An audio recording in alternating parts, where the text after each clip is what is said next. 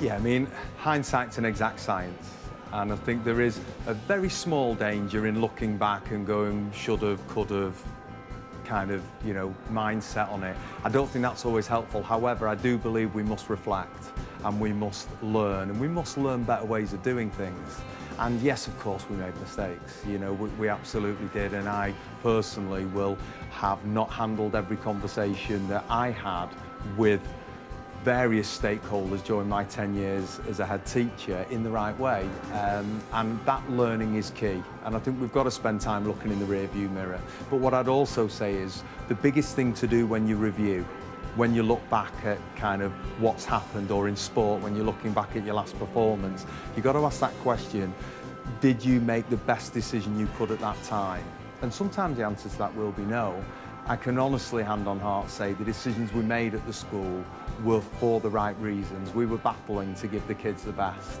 Did we always make the right decisions? Absolutely not. Will we have made mistakes? Absolutely we will have, because there's a huge human element. But what I can, hand on heart, look back and say is not only did I have an amazing 14 years at that school, what I will be able to say to everybody is I always did the best that I could with the information that I had at the time, and keeping to learning and keeping getting better, so that if I experience anything like that again, I would hopefully be a better version than I was 10 years ago. If I've not, I would say there's a major problem. Yeah, I mean, I can't think of anything important that you do in life is not going to be within your comfort zone. It's just not. We're not going to achieve anything. We're going to seriously shortchange ourselves. We put a lid of potential on above our own heads too often, and we have this glass ceiling that we could smash through, but we choose not to. So I think being brave, being braver, being your bravest version of yourself is about having courage. Having the courage of your convictions, as we talked about today, knowing what you believe in and smash through that glass ceiling. You've got to go for it. If you live life in a comfort zone, you're going to get to the end of your life and actually say, did I do anything that was really worthwhile?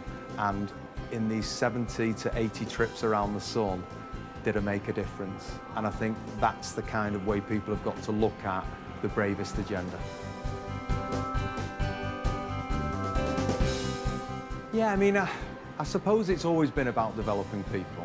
When people ask me, what is it that gets you up in the morning? I say I want to help people develop. That's why I started as a sports coach. That's why I moved into education as a teacher and then a senior member of staff and head teacher, and being in the leadership space now, it's helping people to develop to go to the next level. There is nothing quite like the buzz of being in a school.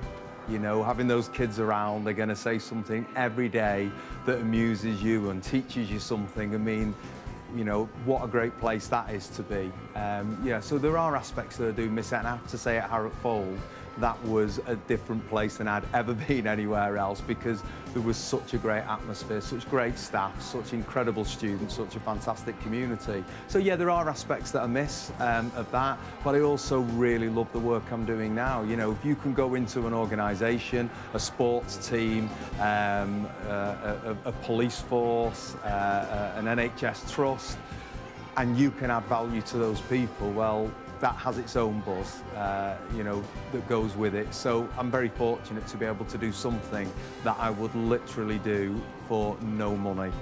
If I won the lottery, I'd bounce out of bed and I'd go and do this exact thing. Yeah, I suppose, like most things in life, it comes less by design and more by accident. I was fascinated by coaching and about how the mind is such a powerful performance element of sport, years and years ago. So I started reading on that. And then when I went into education, I saw that actually what we're trying to do with athletes and what we're trying to do with kids in a classroom, there's a lot of crossover there. So there was a lot of cross-learning. So I started to really learn and throw myself into this area.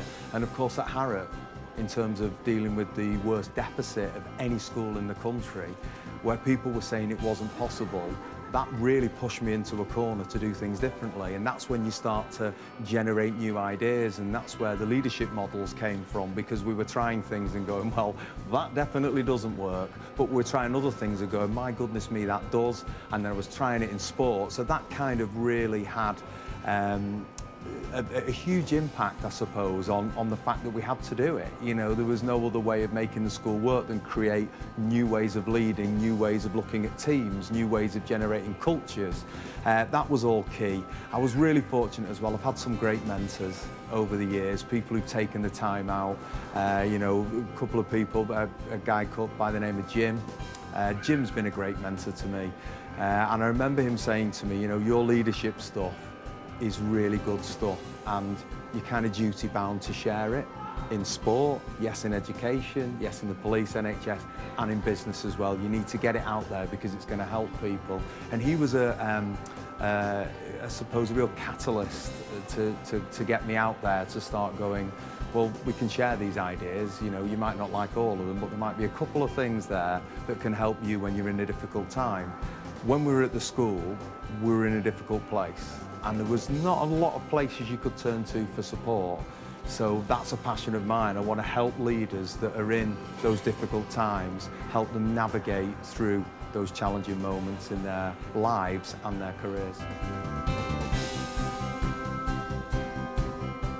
I'd say my biggest tip is about understanding that ordinary people can do extraordinary things. You know, I said to the audience today, I'm average on a good day. You know, so if I've been average today, you've caught me on a good day. The point is, we very often limit ourselves. You know, we put a lid on our own potential, and that's a dangerous thing. So I think my biggest tip is ordinary people can do extraordinary things. They need a bit of belief.